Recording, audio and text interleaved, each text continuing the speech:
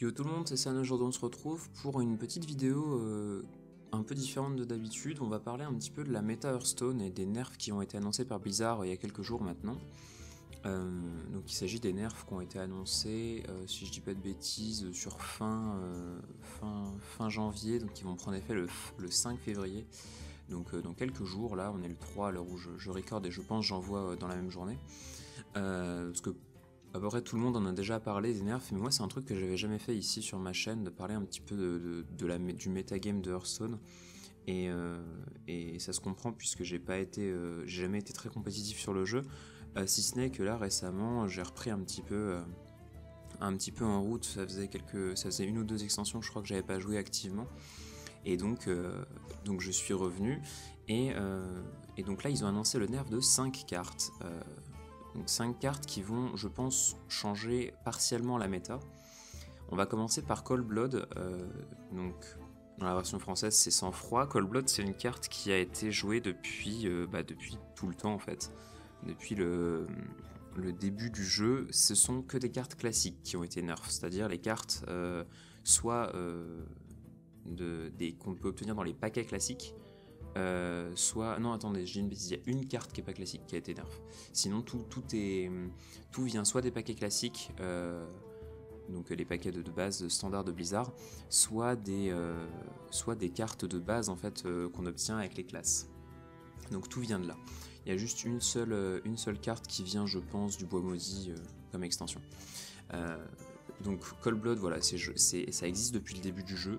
C'est joué depuis le début du jeu dans tous les voleurs. En fait, tous les voleurs ont joué Cold Blood, que ce soit Miracle, parce que c'est très fort en fait. Plus 4 d'attaque quand tu le joues en combo, c'est extrêmement fort. C'est un très bon finisher d'une part, et c'est dans Miracle par exemple une bonne condition pour piocher sur commissaire ou ce genre de choses. Maintenant, quasi tous les voleurs, même tout ce qui a été voleur K7, etc., je crois que ça le jouait, hein, puisque c'est tellement une carte super forte, plus 4 d'attaque pour 1, que tu peux la jouer en fin de tour après avoir pioché tout ton deck. Tu trouves Cold Blood dans ta dernière carte, tu peux quand même la jouer, ça coûte 1 mana. Et donc du coup le nerf la passe à 2 en fait. Donc certains vont... La première chose qu'il faut se dire, c'est que c'est même pas la première chose à laquelle j'ai pensé, c'est du coup voleur impair pourra plus la jouer. Parce que maintenant on a ces mécaniques, vous savez, hein, d'impair et pair. Vous pouvez jouer en fonction de la légendaire que vous avez dans votre deck, que des cartes paires ou que des cartes impaires. Et c'est vrai que pour le moment, voleur impair c'est assez fort. Voleur impair avec Baku, tu dagues une dague de 2 au lieu d'une dague 1-2 pour 2 mana. Et donc du coup tu te dis Cold Blood sera plus joué par voleur impair, c'est une bonne chose. Ouais, seulement en fait, elle ne sera plus jouée du tout. Point. C'est fini. Cold Blood c'est mort, tu ne peux plus la jouer. C'était l'équivalent en fait Cold Blood de la Wyrm de mana en fait, hein, c'est ça. C'est une carte commune pour 1 mana qui était très forte. Genre Wyrm de mana c'était gagner plus d'attaque pour chaque spell, c'était extrêmement fort. Seulement quand elle est passée à 2 mana, vous avez tué la carte, point. C'est même pas elle sera jouée dans certaines conditions. Non, c'est pareil, Cold Blood vous doublez le coût de la carte, ça ne sert absolument plus à rien. Dans les combos commissaires, elle va coûter extrêmement cher maintenant pour 2 mana. 2 mana c'est quand même pas mal. Je veux dire, 2 mana c'est le coût d'une dague, quoi. Elle sera plus jouée dans voleur impair, elle sera plus jouée dans aucun des voleurs. Je pense que c'est une erreur à partir de maintenant de jouer Cold Blood, puisque 2 mana c'est extrêmement cher. Profitez-en, il vous reste 2 jours pour jouer Cold Blood à 1 mana. Voilà, comme un petit peu ce qu'ils avaient fait avec Wyrm de mana. Wyrm de mana était injouable à 2 mana évidemment. C'est beaucoup trop cher. Donc c'était le seul nerf rogue, donc voleur qu'ils ont fait. On verra bien ce que ça donne, mais je pense que voleur perd pas non plus toute sa superbe. Faudra voir un petit peu ce que ça donne, mais je pense pas non plus que ça enterre totalement voleur. Voilà, pour le moment, voilà, on parle du nerf d'une des cartes qui était certes très forte, mais on parle du nerf d'une carte, c'est-à-dire que on n'est pas non plus dans les nerfs qu'ils ont fait en décembre 2018, où ils ont pris Druide et puis ils l'ont mis 6 pieds sous terre en niquant Croissance Sauvage et Nourrir. Croissance Sauvage qui est passé à 3 mana et Nourrir qui est passé à 6 mana. Je suis d'accord qu'ils ont rajouté qu'il y a eu la nouvelle carte qui gagne 2 cristaux de mana pour 1 pour chaque joueur, mais Nourrir à 6 mana, Croissance à 3 mana, c'est impossible, quoi. Croissance c'est une carte de pioche, pareil, Nourrir c'est une carte de pioche. Là ils avaient vraiment tué Druide. la preuve est qu'on voit quasi plus de druides sur le ladder. Alors que des voleurs on en voyait beaucoup, avec des voleurs impairs notamment. Donc bon, peut-être qu'on verra du coup moins de voleurs impairs, on verra bien. Un nerf un petit peu étrange, le Flame Tongue Totem, le totem langue de feu, qui va coûter maintenant 3 mana au lieu de 2. Alors, on ne double pas le prix de la carte parce que ça aurait été absolument incroyablement nul. Chose importante, c'est que Flame Tongue Totem, pareil, c'était joué dans beaucoup de chamans. Sauf peut-être le chaman avec le volcan, mais genre Flame Tongue Totem c'était genre très très fort. C'est une carte de base qui a été jouée quasi depuis le début, puisque que ce soit avec les furies sanguinaires, les machins comme ça combo très bien. Et ça coûtait 2, c'était pas très cher. Donc il la passe à 3 sans changer ni les stats ni le texte de la carte. Donc ça sera plus joué évidemment dans tout ce qui est chaman pair, même si chaman pair, on va pas se mentir, c'est pas bon. Voilà, chaman pair c'est pas un bon deck, donc c'est un petit peu juste enterrer le chaman alors qu'il l'est déjà, même si au chaman pair, je suis en train de regarder les tier list, ils disent que chaman pair est joué dans le tier 2 de 5 à 10. Franchement, je doute fort de son efficacité. Par exemple, comparé ne serait-ce qu'à Paladin Père, c'est beaucoup moins fort.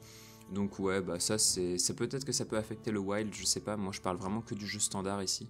Je trouve que ce nerf est pas mauvais, puisque bon, c'est une carte très forte. Flame Tongue Totem, 0-3 pour 2, plus 2 d'attaque au serviteur adjacent, c'est très fort. Mais je me demande si ce nerf était vraiment utile. Maintenant, on va switcher sur un nerf paladin, égalité, qui prend, je pense, un des nerfs les plus violents de toute l'histoire de Hearthstone. Tuer une carte, changer à ce point-là une carte, ils ont passé égalité de 2 à 4 mana. Donc là, pour le coup, tu doubles le prix de la carte, tu changes pas le texte, mais tu doubles le prix de la carte, quoi. Donc, est-ce que c'est une bonne chose ? En fait, je pense que l'idée, c'était d'augmenter égalité parce que c'était trop fort, en fait. 2 mana, c'était extrêmement fort. Cela dit, ils pouvaient pas la mettre à 3, puisqu'elle aurait été jouable dans Paladin Impair. Et Paladin Impair, c'est déjà assez fort. Et le problème de Paladin Impair, en fait, c'est que c'est un deck très aggro, qui est un petit peu one way, en fait. Et le problème de Paladin Impair, c'est que vraiment, ça va que dans la tête, quoi. Il y a Leroy dedans, il y a double Fongi, il y a le Frostwolf Warlord, il y a tout, en fait. Tout ce qui va dans la bouche. En fait, c'est un deck no way back. Le seul truc qui est un petit peu slow play, c'est la Divine Favor qui permet de repiocher. Mais encore, genre, tu la joues jamais pour piocher sur 3, quoi. Tu la joueras quand l'autre il a 6 cartes en main, que tu la top deck, pouf, tu la joues, ça te met 6 cartes dans la main. Voilà, il y a du Stormwind Champion, il y a le Tranchline, il y a tout, en fait. Donc mettre égalité là-dedans, ça donnait une certaine sécurité, même si je pense que ça n'aurait pas été joué, puisqu'on veut un deck ici qui va dans la tête et pas un deck qui a des possibilités de trade. Mais c'est vrai qu'égalité aurait été utile par exemple pour passer un taunt ou ce genre de choses, donc ils voulaient pas la mettre en paire, et ça je comprends. Parce que là pour le coup mettre égalité à 3, elle serait peut-être rentrée dans Paladin impair même si c'est cher.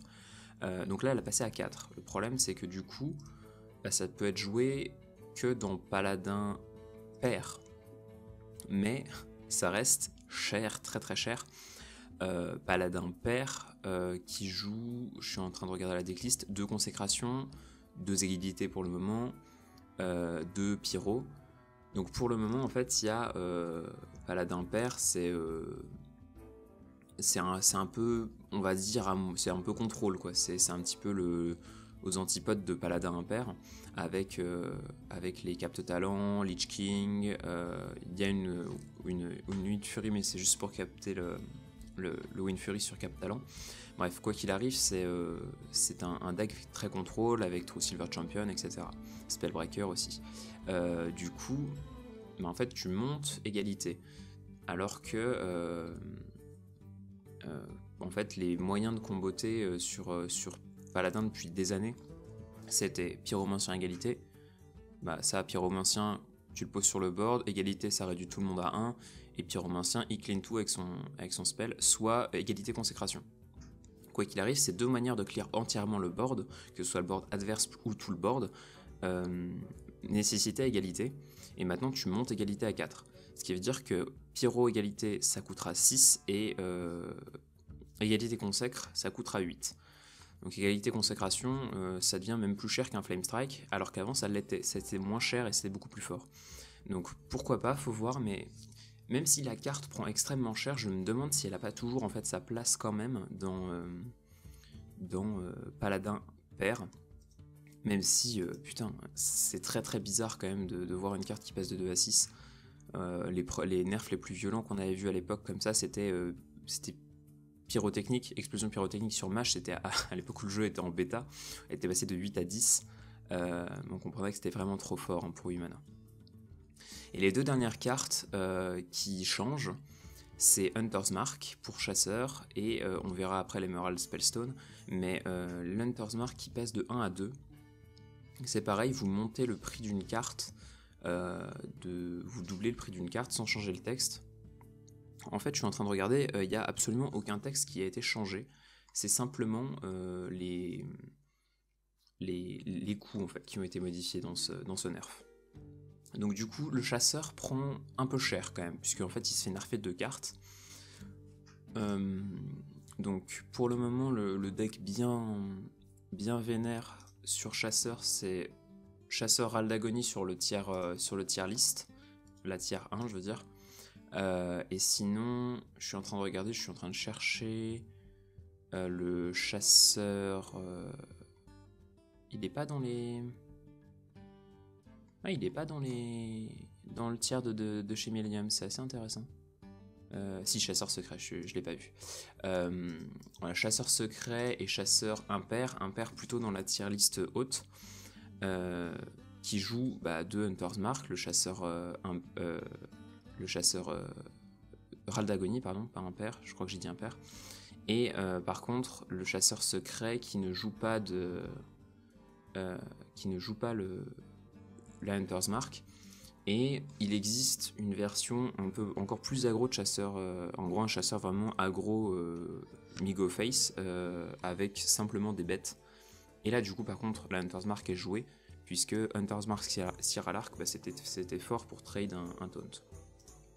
Donc est-ce que donc du coup non, j'ai peut-être dit une connerie, mais oui, le chasseur Raldagony n'est pas impair, donc techniquement il peut garder la marque du chasseur à 2.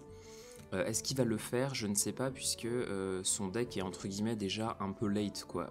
Roi Crush, Katrina, etc., Rexar, Diablozor, Ziliax, etc. C'est des cartes qui coûtent plus de 5 mana ou 5 mana, donc je me demande si c'est une bonne idée de garder marque du chasseur dans ce deck.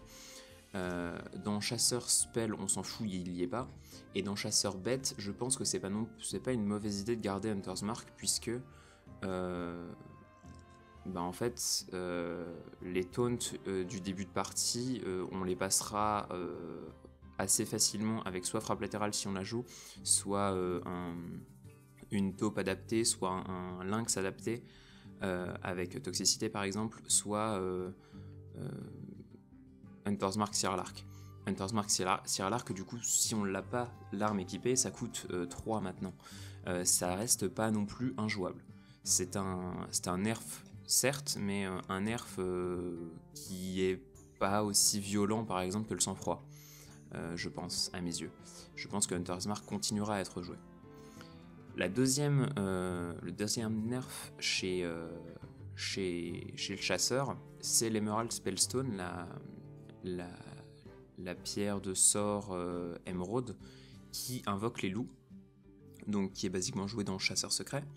et que chasseur secret, si je dis pas de bêtises, hein, puisque oui, chasseur à l'agonie ne joue aucun secret, alors que chasseur secret, bah, c'est totalement sa mécanique de jeu, avec en gros bah, les secrets en début de game et pouf, les loups après.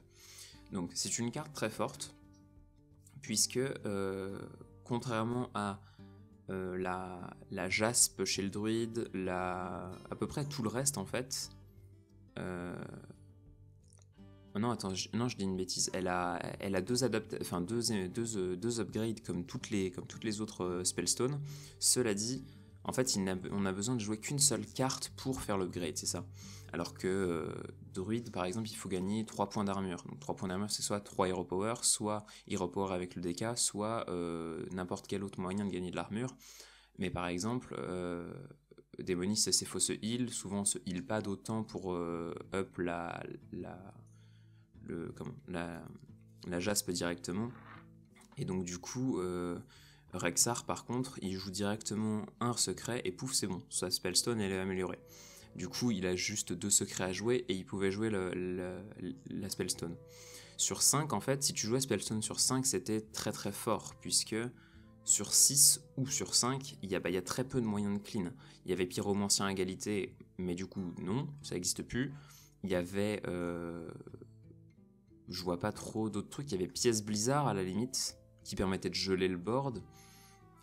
Sinon, voilà, cri psychique, c'était trop tard pour le prêtre.